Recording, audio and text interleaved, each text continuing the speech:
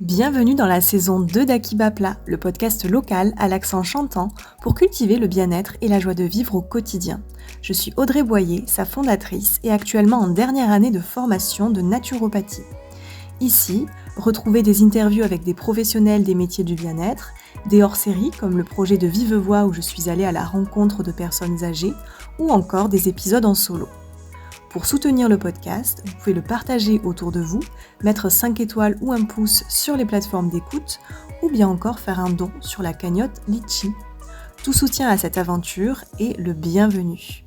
Et maintenant, place à votre nouvel épisode. Que voit-on lors d'un voyage chamanique ? Que nous apprennent ces visions sur nous et sur le monde ? Les voyages chamaniques sont-ils accessibles à tous ? C'est pour répondre à toutes ces questions et bien plus encore que j'ai eu le plaisir de recevoir Sébastien Cazodor au micro d'Akiba Plat Podcast. Son parcours hors du commun d'anthropologue puis chaman en Amazonie pendant plus de 10 ans et aujourd'hui thérapeute lui a beaucoup appris. Avec son ouvrage Vision chamanique, l'ayahuasca et l'imaginal aux éditions Vega, il nous plonge dans l'univers de ces mystérieuses visions chamaniques. Alors, vous embarquez avec nous ?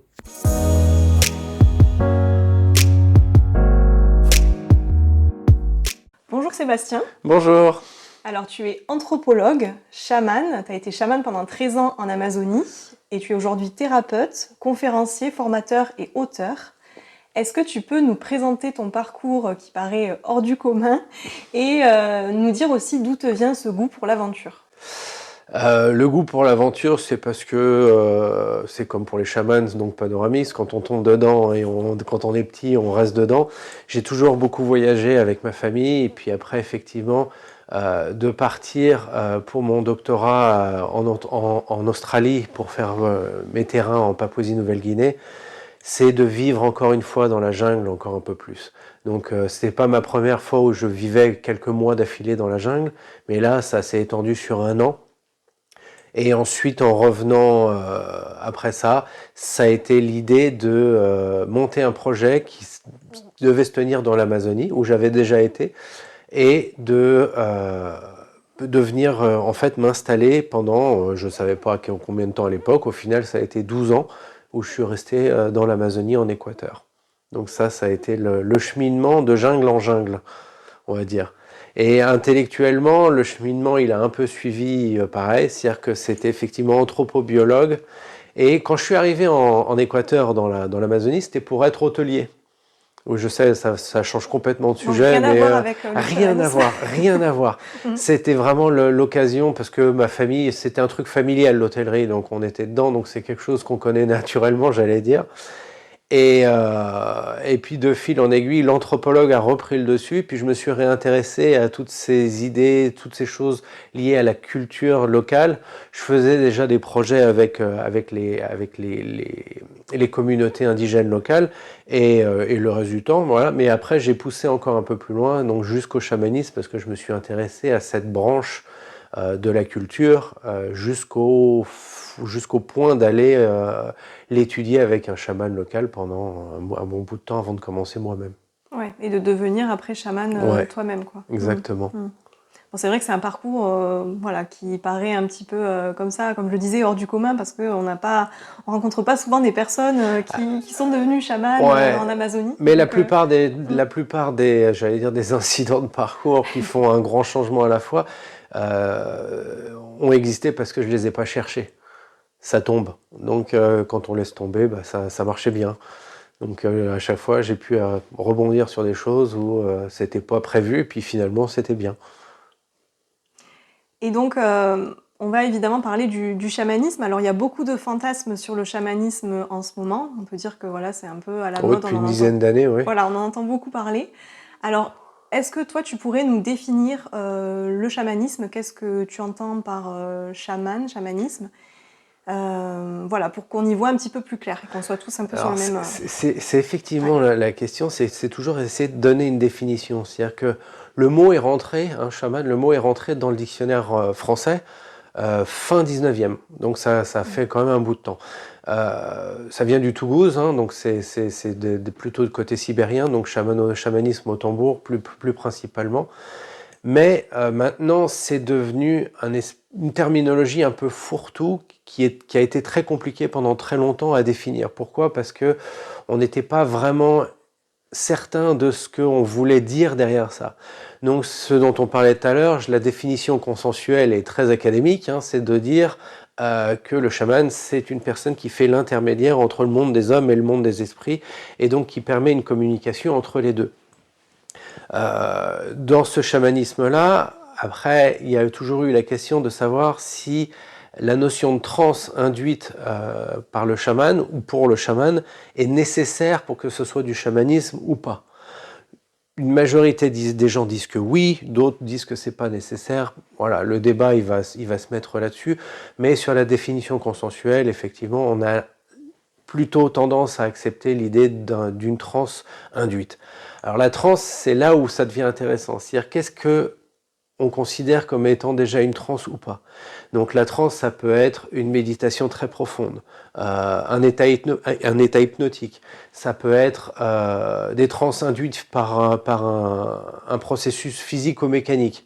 Donc quand je dis physico-mécanique, ça va dire le tambour, par exemple, ça c'est physico-mécanique parce qu'on est dans une répétition qui devient effectivement hypnotique au bout d'un moment. Ça peut être la douleur. Ça peut être la chaleur, donc les grands bains de vapeur où on s'enferme avec des températures très élevées, finit par faire décrocher l'esprit, ce genre de choses. Il y en a beaucoup, il y en a beaucoup. Et ensuite, il y a toute la catégorie du chamanisme qui va utiliser, donc qui va se baser sur les psychotropes. Généralement, ceux qu'on va définir comme étant des antéogènes. Voilà. Donc ça, c'est encore, il y a plusieurs catégories.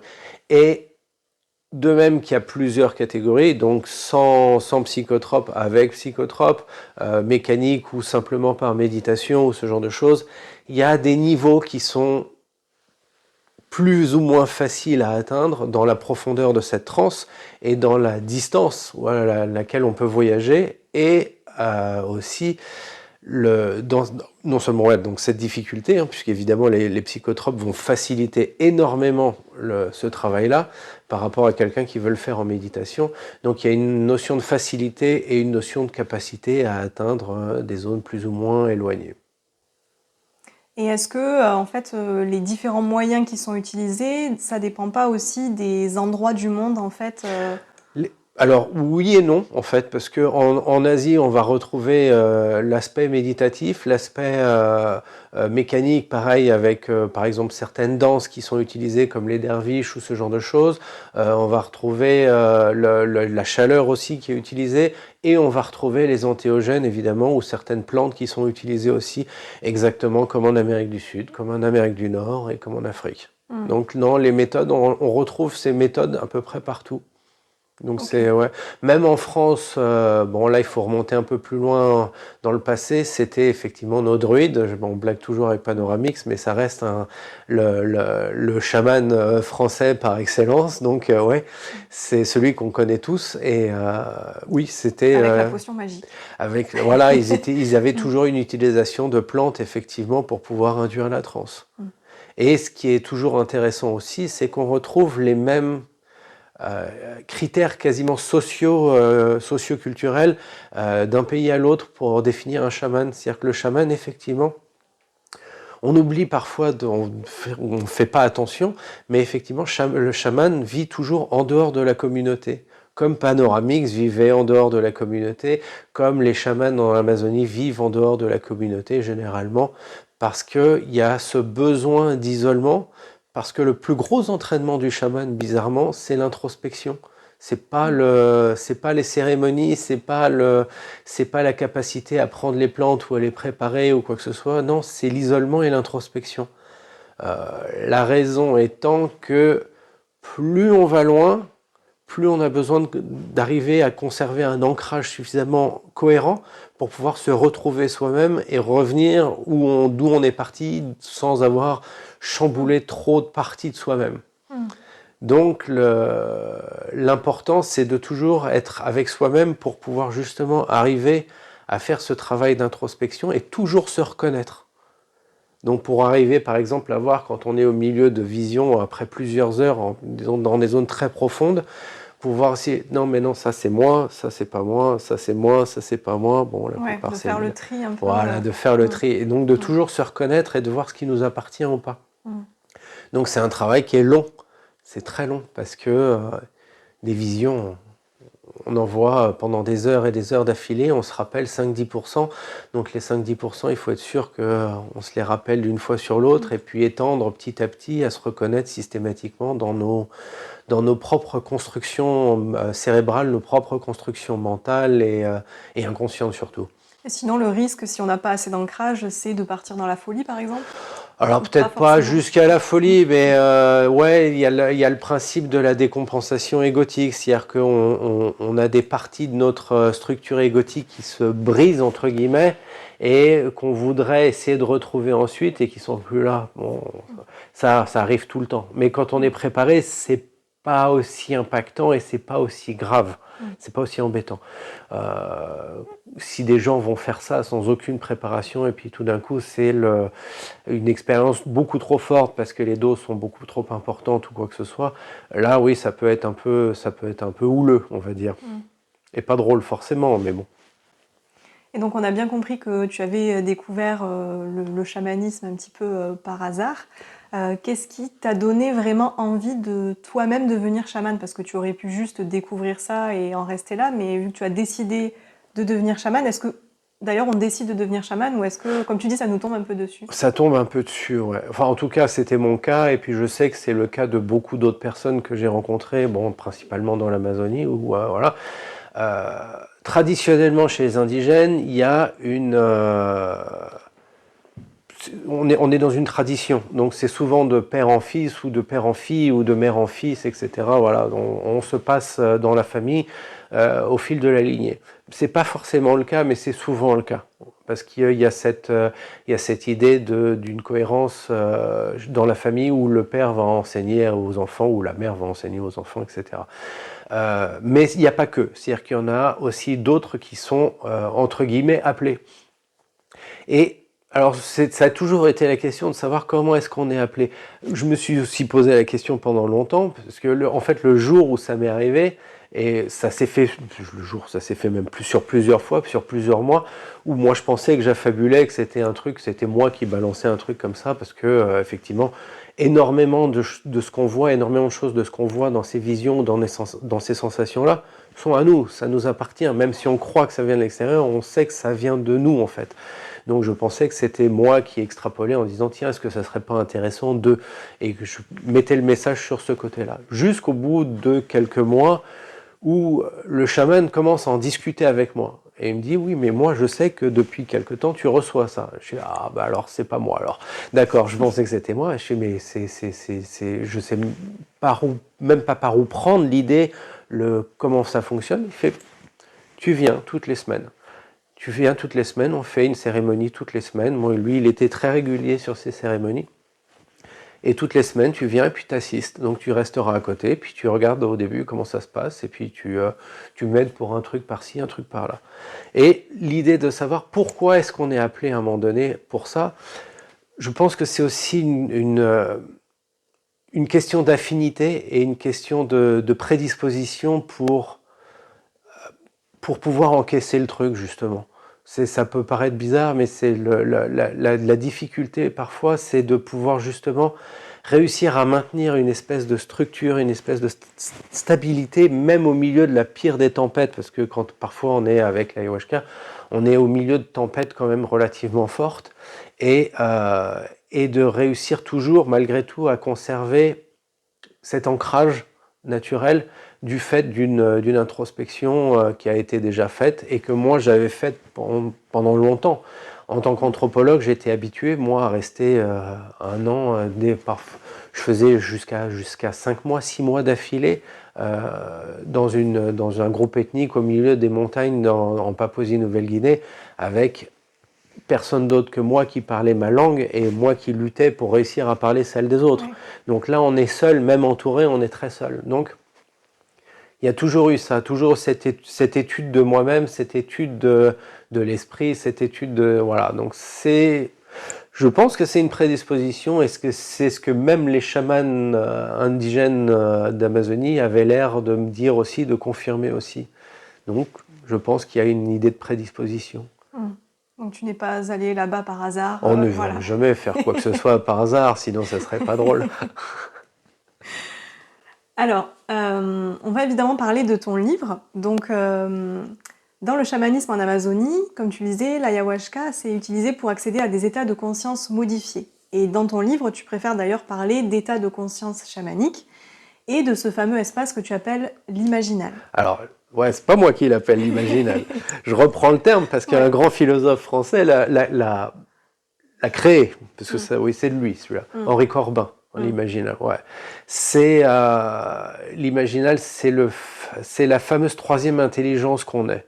Donc c'était quelque chose qui était très actif jusqu'au XIIe siècle en France, et après ça a commencé à décliner en Europe, voilà. Et après ça a commencé à décliner jusqu'à disparaître à peu près au XVIIe siècle, pendant le siècle des Lumières. L'imaginal, en fait, c'est l'intelligence qui permet de connecter à l'imaginal. C'est ce que Henri Corbin appelait l'imagination agente. Donc c'est une intelligence qui est particulière. Donc on a l'intelligence du corps, on a l'intelligence du mental, de l'esprit, de l'intellect, et cette fameuse troisième intelligence qui nous redonne nos fameux triangles, la fameuse trinité sur laquelle on stabilise énormément de choses dans notre culture, et dans beaucoup de cultures ailleurs d'ailleurs. Pourquoi elle est importante? Parce que quand on est passé sur le dualisme, donc une opposition entre juste l'intelligence du corps et l'intelligence de l'esprit, on s'est mis à devoir faire systématiquement un choix pour avoir une cohérence. Parce que les deux ensemble ne sont pas forcément cohérents. C'est très difficile de réussir à faire tenir les deux ensemble du fait d'avoir perdu cette imagination agente de manière intégrée dans la culture et dans la philosophie occidentale. Donc, il y a une espèce de scission qui s'est créée qui fait que soit on a une tendance plus à être dans une intelligence du mental, de l'esprit, de l'intellect, soit plus dans celle du corps. Et comme si les deux devenaient difficilement compatibles, alors que, évidemment, qu'on sait que les deux vont parfaitement ensemble et qu'on ne peut pas séparer les deux. Mais malgré tout, sans ce troisième pied, l'édifice n'est pas aussi stable. C'est ça qui est intéressant, c'est on a beaucoup d'écrits dessus. Le plus connu, c'est Alice avec Au Pays des Merveilles, donc de Lewis Carroll. Alice regarde de l'autre côté du miroir, c'est-à-dire que le seul moyen de regarder de l'autre côté du miroir, c'est d'utiliser cette fameuse imagination agente. On n'est plus dans l'imagination, on est au-delà de l'imagination, on se fait porter par l'imagination. Donc, on n'est pas en train de rêver ou d'imaginer quelque chose comme on construirait quelque chose dans sa tête. Non, on est déjà... l'imagination agente, c'est un concept à part, donc qui permet justement d'accéder à cet imaginal, ce fameux de l'autre côté du miroir. Et pour ça, c'est l'ayahuasca, par exemple, qui peut nous... Par exemple, voilà. Mais la méditation marche très bien, l'hypnose marche très bien, il y a plein de choses, tout marche bien. Après, il y a des degrés de facilité, comme je disais, pour atteindre des couches plus ou moins profondes de cet imaginal. C'est pas un multizone comme on imaginerait un univers avec plusieurs plans ou quoi que ce soit, mais il y a quand même des zones de profondeur ou de hauteur, ça dépend comment on décide de le voir, qu'on va traverser, qu'on va se sentir traverser, et qu'on va se sentir traverser à chaque fois. Donc on voit la cohérence dedans, comme des paliers. C'est pas autre chose que des paliers. Voilà, je dis souvent, c'est ce qu'on appelle les thermoclines dans un lac. C'est-à-dire, si on plonge dans un lac, on va traverser des couches de température. L'analogie est bonne parce que c'est le même genre de sensation. On se sent traverser à chaque fois une zone, puis une autre, puis une autre. Puis après, on est tellement habitué à les voir qu'on les sent passer comme ça, tac, tac, tac. Et parfois, on se fait les 5 premières sans même faire attention parce que c'est fait en quelques minutes, alors que, effectivement, au début du processus, pour atteindre ne serait-ce que la 5e, il faut 2 heures un peu à ramer pour avancer. Et plus on y est, plus on en fait, plus ça avance facilement. Donc c'est effectivement, comme tu disais, ce décalage entre l'état de conscience ordinaire et l'état de conscience chamanique. Donc on en a 2 et pas 1. On en a 2 et voilà, excuse-moi, on n'a pas 2 justement, pas 2 séparés, on en a un qui ne fait que bouger sur une échelle. Donc dans ton ouvrage Vision chamanique, l'ayahuasca et l'imaginal, Tu tentes de répondre à cette question, que voit-on lors d'une expérience avec l'ayahuasca? Et donc, finalement, qu'est-ce que nous apprennent les visions que l'on peut avoir? Est-ce que ça nous apprend des choses sur nous? Est-ce que ça nous apprend des choses sur le monde en général, les deux? Ou autre chose encore? Tout. C'est ça qui est, ouais, alors c'est intéressant. Et le premier truc qu'il faut et balayer directement, c'est que l'immense majorité de ce qu'on voit, c'est nous. C'est 99, j'irais même pas pousser au-delà d'une virgule, mais je pense que voilà, on doit être relativement proche de ça. C'est-à-dire que ce qui est nous, ça va être notre communication inconsciente, notre communication, le mental aussi, hein, qui a, voilà, beaucoup de visions se construisent là-dessus. Il y a énormément de visions, par exemple, qui appartiennent à la communication de notre cerveau avec le corps. Tout d'un coup, ça devient visible, puisque tout peut devenir visible, même ça. C'est-à-dire que cette communication interne, elle devient visible aussi, ou au moins sensitive, où on l'entend, où on la sent, où il se passe quelque chose. Voilà. Donc, par exemple, ça va faire partie de toutes les visions. C'est un gros bloc, hein, un énorme bloc, ça, par exemple, parce qu'on ne se rend pas compte que la communication, elle est en permanence avec le corps. Ce gros bloc-là, par exemple, n'est pas fait pour la conscience. Donc, ce genre de vision, on ne s'en rappelle pas. Donc, c'était le truc où on est chaman et on a des papiers à côté, puis on note au fur et à mesure, parce qu'on sait que 10 minutes après, voire dans la seconde après, c'est oublié. Donc il y a beaucoup de choses comme ça qui passent à la trappe. Et la plupart... le chaman avec qui j'ai appris la première fois, le premier chaman avec qui j'ai appris, me disait, le chamanisme avec l'ayahuasca, c'est un travail de déconstruction.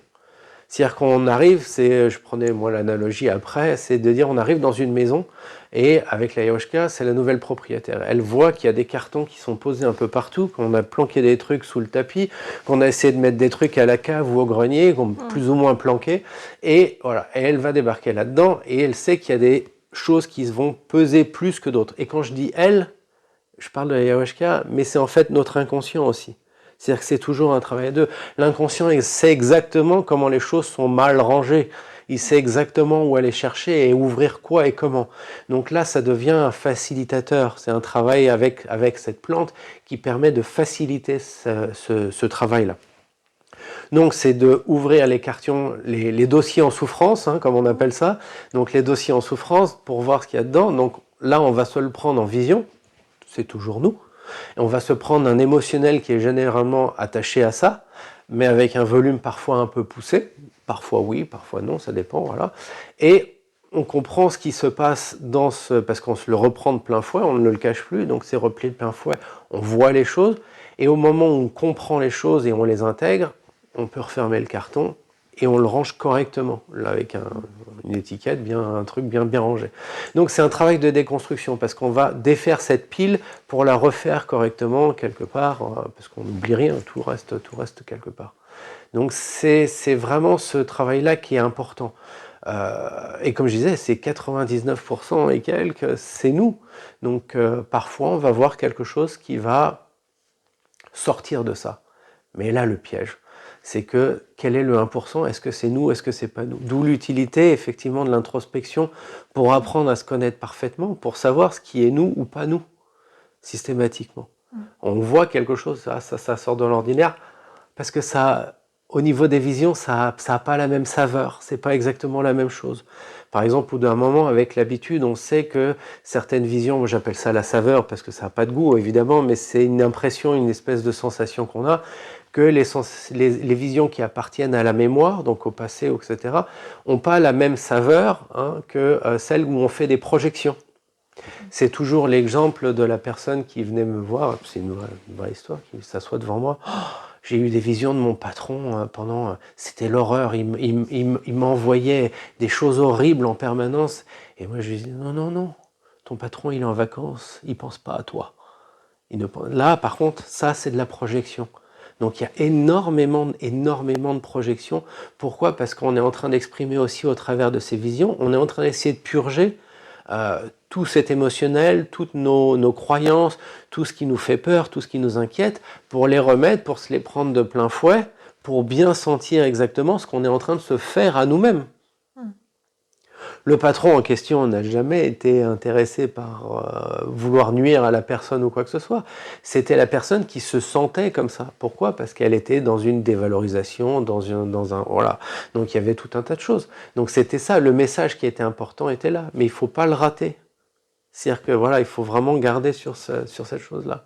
Et effectivement, après, ouais, il y a ce pourcentage ou cette fraction de pourcentage qui sont des choses qui viennent de l'extérieur et qui ouvrent des questions importantes, intéressantes. Mais c'est pas souvent. C'est vraiment pas souvent. C'est même rare. Et dans ton livre, tu parles justement de différents types de visions.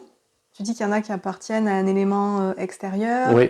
Il y en a d'autres qui sont reliés à des mémoires. Oui. Ou même, il y a les visions de l'imaginal. Ouais. Alors, est-ce que tu peux revenir un peu sur ces différents types de Alors, visions ? l'imaginal, c'est l'arrière du miroir, ok ?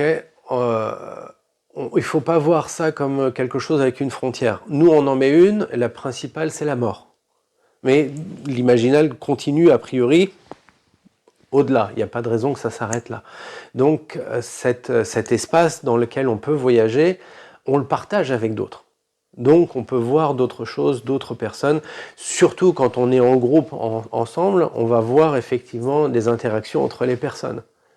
Là où je dis que c'est toujours nous, c'est qu'on ne prend pas chez l'autre n'importe quoi. On prend quelque chose qui est en résonance avec nous la plupart du temps.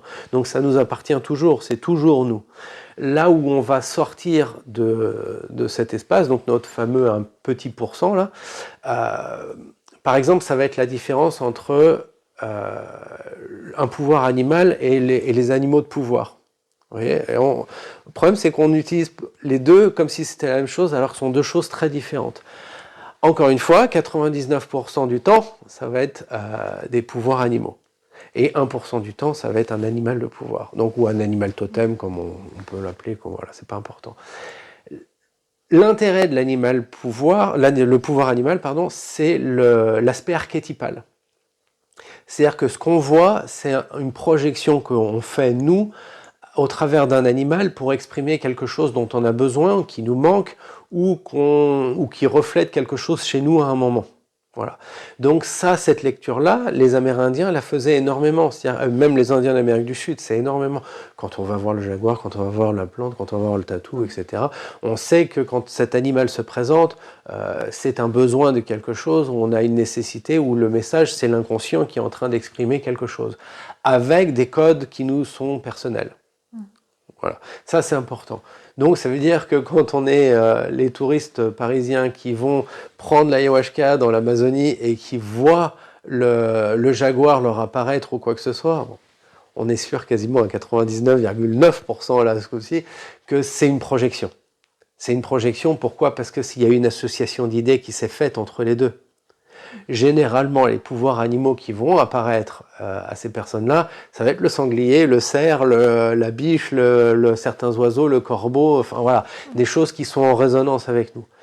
Une fois qu'on rentre effectivement sur l'animal de pouvoir ou d'autres esprits ou quoi que ce soit, là on est dans d'autres catégories. Ça ressemble même pas forcément à un animal la plupart du temps. C'est ça qui est intéressant. C'est-à-dire qu'on n'a pas de capacité à reconnaître l'élément en question. Donc il y a beaucoup d'autres aspects qui sont intéressants, mais voilà, c'est très important. Par exemple, l'ayahuasca est une énergie féminine, donc ça fait partie des entéogènes féminins. L'iboga sera masculin, le San Pedro sera masculin, mais l'ayahuasca est très féminin. Donc on a une capacité d'accès à cette énergie féminine, un accès plutôt privilégié de ce fait-là. Et pour donner une idée, moi, quand je voyais cette représentation-là, c'était au travers de la Vierge. Je ne suis pas quelqu'un de pratiquant ou quoi que ce soit, mais c'est mon archétype. Donc, c'est la forme que je lui donnais dans les visions.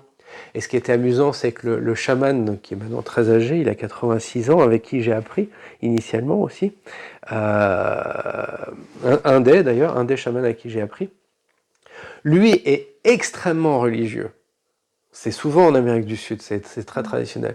Et c'était souvent où je voyais ses visions à lui, tellement ça rayonnait autour de lui, parce qu'il en voyait quand même beaucoup. À 86 ans, il avait commencé à l'âge de 5 ans, donc ça faisait, voilà. Et Et quand on s'asseyait à côté de lui, on voyait la Vierge.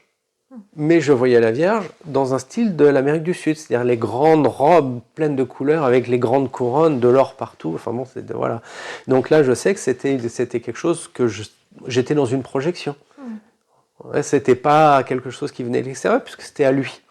Et je savais que c'était à lui, pas à moi. Et là, on fait la différence.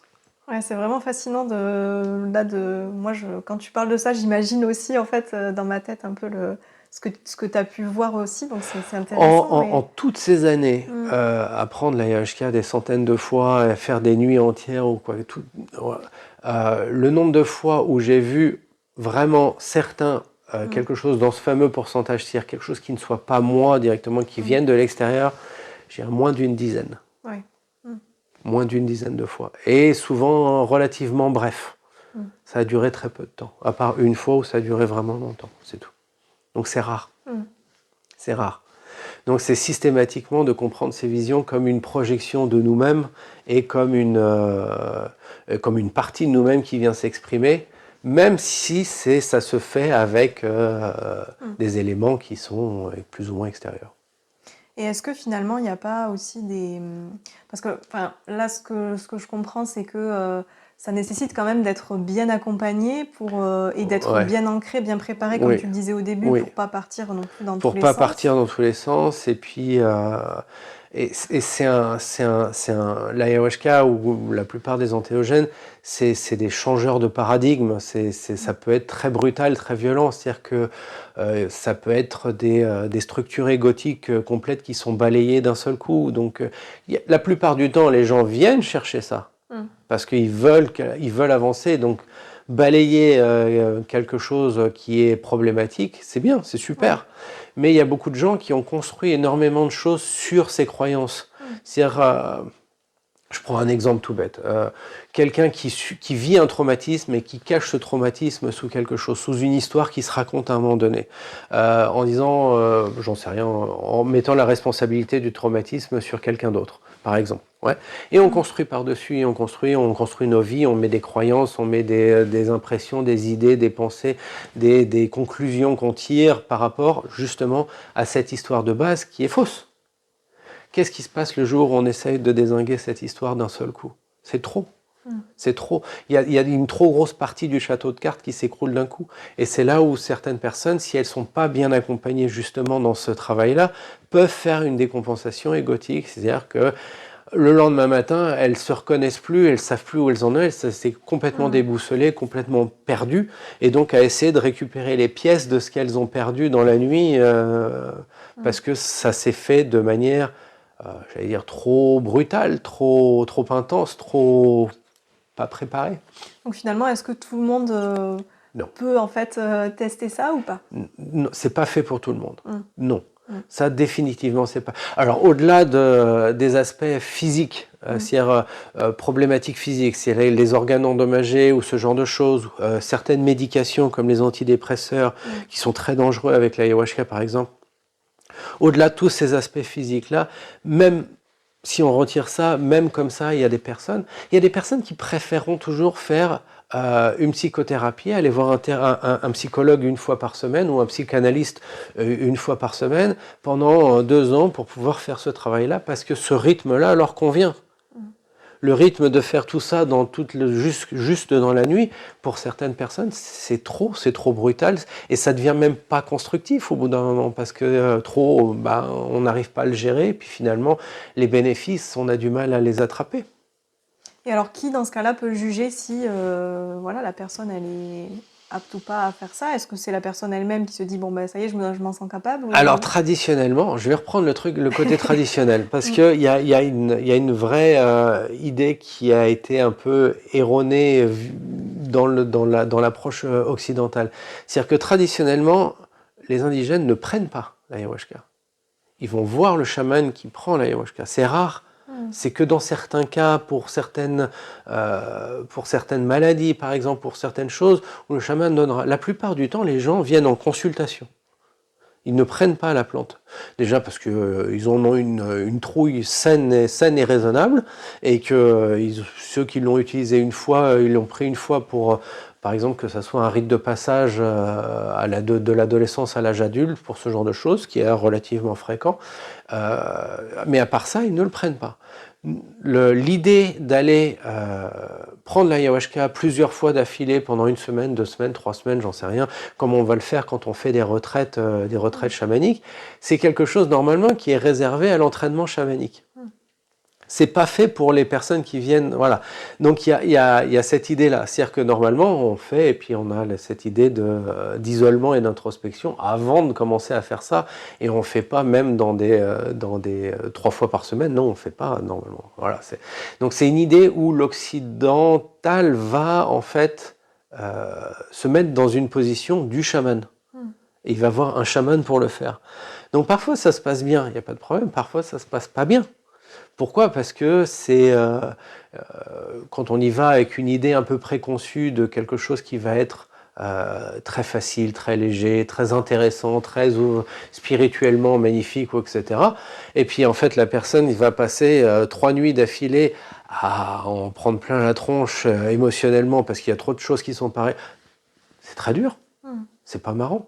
Ouais, puis même physiquement, moi j'avais vu un reportage sur l'ayahuasca, c'est quand même... Physiquement, oui, c'est fatigant. Ouais. Encore une fois, il y a une notion d'habitude, une notion d'affinité. Moi, j'ai jamais eu de problème à me lever et à marcher. Même au plus fort de la montée, ça n'a jamais été un problème. Donc on a toujours eu un dialogue très clair. En tout cas, c'est important de rappeler que voilà, il faut être accompagné, que ça se fait pas comme ça. Hyper bien accompagné, parce qu'encore une fois, c'est le truc, c'est que, par exemple, moi, je ne travaillais pas avec des indigènes. Je ne suis pas capable, moi, d'intervenir en tant qu'Européen. Je ne suis pas capable d'intervenir avec des indigènes. Pourquoi ? Parce que le fossé culturel m'empêche d'avoir leur code culturel à eux, notamment par rapport aux visions ou par rapport à ce genre de choses. On n'a pas les mêmes archétypes, on n'a pas les mêmes codes culturels. Donc moi, le passage entre les deux, pour moi, était trop difficile. Donc, je m'y risquais pas. Donc, je travaillais qu'avec des Occidentaux. Il y en a qui le font dans l'autre sens, il y en a qui... Oui, ok. Chacun sa méthode. Moi, je connaissais mes limites par rapport à ça. Donc c'était ce que moi j'appelais une forme de voilà, c'est du néo-chamanisme plutôt qu'un chamanisme pluriculturel. Donc il y a un chaman amazonien fait du néo-chamanisme dès l'instant où il a un Français devant lui. Parce qu'il est obligé d'adapter sa manière de voir et de parler au code culturel. Ça se voit d'ailleurs quand ils le font pas. La personne en face ne comprend rien à ce que l'autre lui raconte. Il comprend tous les mots, mais ça n'a pas de sens. Et donc du coup, les messages qui doivent passer se perdent dans la traduction. On perd une partie très importante de l'archétype. Est-ce que toi, là, pour bientôt conclure cette interview, est-ce que tu as une anecdote particulière à partager justement sur ton expérience de chaman en Amazonie ? Est-ce qu'il y a quelque chose qui t'a particulièrement marqué ? Chaque fois, c'est différent. C'est la grosse difficulté. Il y en a qui sont plus impressionnantes que d'autres. On se rappelle toujours de la première. Parce que quand elle est à plein régime. Parce qu'effectivement, ça arrive que les premières fois, il ne se passe pas grand-chose. C'est la même dose que tous les autres qui sont partis, mais on a un peu de difficulté parfois. Voilà. Moi, la première, peut-être du fait de cette idée d'affinité, encore une fois, comme quand on l'avait fait avec Ambre, on l'avait fait tous les deux. Nous deux, c'était pareil. La première, c'était une explosion, c'était un truc complètement hallucinant. J'en ai fait des plus fortes depuis, des plus intenses.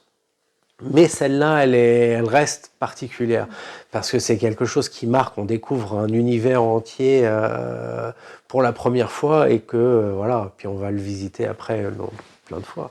Mais ouais, la plus grosse anecdote, oui, c'est pour moi, et c'est celle qui a mené après à ce que j'écrive l'apologie de la mort, c'est celle qui mène à la mort de l'ayahuasca. Donc c'est pas la petite mort, mais la mort de l'ayahuasca, qui est un processus qui est intéressant, très très violent, très difficile. Il m'a fallu presque 2-3 ans pour m'en remettre complètement, pour retravailler de manière plus sereine, parce que c'est très dur. Mais c'est probablement celle qui m'a enseigné le plus en l'espace de 45 minutes. Ouais. À peu près, je dirais 45 minutes, 1 heure et demie, j'en sais rien. Mais dans ces eaux-là. Alors, est-ce que tu aurais un dernier conseil à donner à des personnes qui écoutent cet épisode et qui ont envie de tenter, si on peut dire, une aventure, cette aventure-là Bien renseigné, Ouais. bien accompagné, bien préparé. C'est vraiment important. C'est vraiment très important. Il y a plein de choses du fait que on oublie de ne pas prendre, par exemple, beaucoup d'aliments qui sont fermentés, le soja ou la choucroute ou le chocolat ou des trucs comme ça, vont affecter l'expérience. Il faut vraiment se renseigner comment est-ce que ça fonctionne si on décide d'aller prendre quelque chose qui n'est pas naturellement dans notre culture. On ne voit pas les choses comme les indigènes les voient, on n'a pas la relation avec cette plante comme les indigènes l'ont. Ça serait comme, on a des relations avec des animaux, avec des arbres, avec des plantes que eux n'ont pas, mais voilà. Donc cette différence-là, on s'en rend pas forcément compte, mais elle est importante. Donc bien accompagner, c'est essentiel. Donc généralement au moins que la langue puisse être échangée correctement. Donc si on va en Amérique du Sud, c'est de parler espagnol ou de comprendre l'espagnol, par exemple, ou l'anglais selon les cas. Voilà. Donc il y a vraiment une importance là qui est pas négligeable, j'allais dire.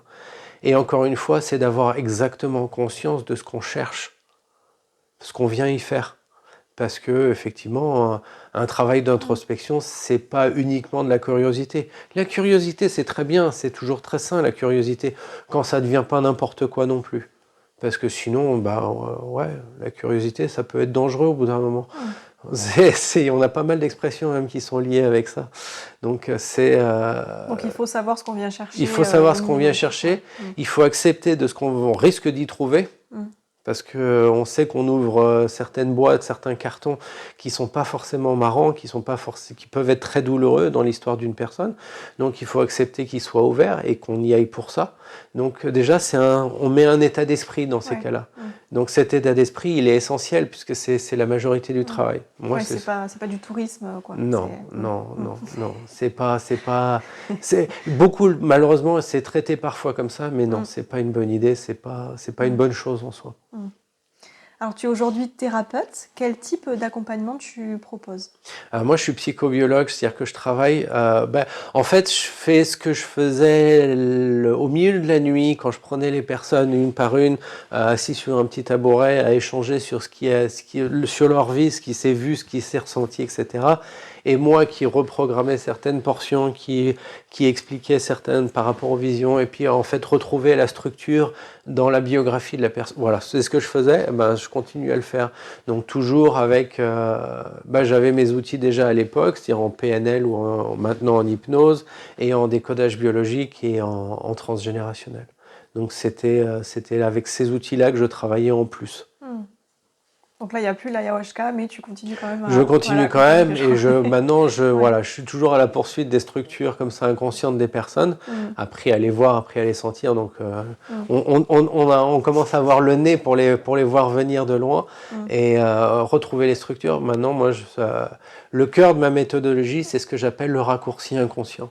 C'est la particularité qui fait qu'on va construire certains schémas comportementaux ensuite et voir certaines situations ou certaines situations se répéter ou certaines personnes qu'on va croiser, un certain type de personnes qu'on va croiser aussi à répétition dans nos vies.